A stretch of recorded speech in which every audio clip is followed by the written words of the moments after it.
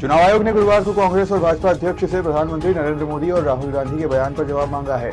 आयोग ने मोदी और राहुल के भाषणों के खिलाफ की गई शिकायतों पर नोटिस भेजा है।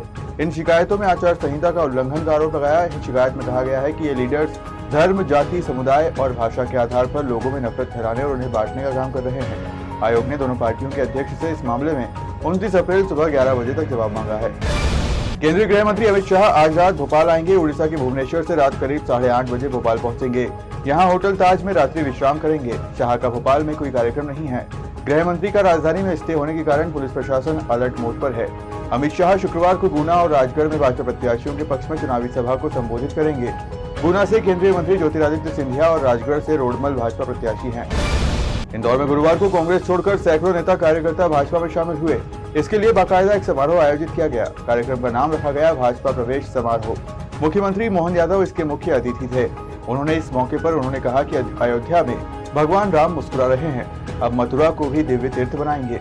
कांग्रेस ने हमने मामले उलझाए हैं, लेकिन अब मथुरा भी जगमगाएगी। हमने दिवाली मना ली, अब होली भी बनेगी। इसके बाद उन्होंने जनता से जय कन्हैया लाल की जयकारे भी लगवाए। बिहार के चर्चित यूट्यूबर मनीष कश्यप आज बीजेपी में शामिल हो गए हैं। उन्होंने आज दिल्ली में पार्टी के राष्ट्रीय अध्यक्ष जेपी नड्डा से मुलाकात की है। मनीष कश्यप ने कहा कि मेरी विचारधारा बीजेपी से मिलती है, इसलिए मैं बीजेपी में शामिल होने जा रहा हूं। बीजेपी में शामिल नहीं होना चाहता था, लेकिन भाजपा नेता मनोज तिवारी ने मेरी मां को फोन कर मुझे बीजेपी में शामिल होने के लिए कहा। मैं अपनी मां की बात नहीं टाल सकता। प्रदेश में लोकसभा चुनाव का पहला चरण पूरा हो चुका है। कल शुक्रवार को दूसरे चरण का मतदान होना है, लेकिन इस बीच तीसरे चरण में शामिल भोपाल लोकसभा सीट पर चुनाव स्थगित करने की मांग उठी है। दरअसल भोपाल से निर्दलीय प्रत्याशी के रूप में नामांकन दाखिल करने वाले AK जिलानी का पर्चा निरस्त किया गया है, जिसके बाद जिलानी ने एक साजिश करार देते हुए इसे सत्तारूढ़ पार्टी के दबाव में लिया गया फैसला बताया। उनका कहना है कि नामांकन जमा करते समय रिटर्निंग अधिकारी ने उचित मार्गदर्शन नहीं दिया, जिसके चलते नामांकन पत्र में कुछ कमियां रह गई और उनके आधार पर उनका पर्चा निरस्त कर दिया है। मध्य प्रदेश के पूर्व मुख्यमंत्री और विदिशा से बीजेपी उम्मीदवार शिवराज सिंह चौहान का भाषण खूब चर्चा में है, जब उन्होंने कहा कि अब मामा दिल्ली जाएंगे और दिल्ली भी खाली पीली नहीं जाएंगे। शिवराज की स्पीच का ये वीडियो सोशल मीडिया पर जमकर वायरल हो रहा है। इस वीडियो में शिवराज कह रहे हैं, देश में मोदी जी और यहाँ मोहन यादव जी काम करेंगे और अब मामा दिल्ली जाएंगे। दुबला पतला जरूर हूँ, लेकिन काम करा के छोड़ूंगा। इस बीच एक कार्यकर्ता ने मांग करते हुए कहा कि आपको 2 पद लाने हैं, जिस पर शिवराज हंसने लगे और बोले कि मैं तो कार्यकर्ता हूं और पार्टी जो भी दे देगी पूरी प्रामाणिकता के साथ करूंगा। मध्य प्रदेश में दूसरे चरण के लिए वोटिंग 26 अप्रैल को होनी है। इसके लिए प्रचार थम गए हैं। हालांकि तीसरे चरण यानी 7 मई को होने वाली वोटिंग के लिए अभी अभियान जारी है। 2 दिन से प्रधानमंत्री नरेंद्र मोदी ने प्रदेश में मोर्चा संभाला है। इस दौरान वो कई बयान दे रहे हैं। उन्होंने मुख्यमंत्री मोहन यादव की तारीफ भी की।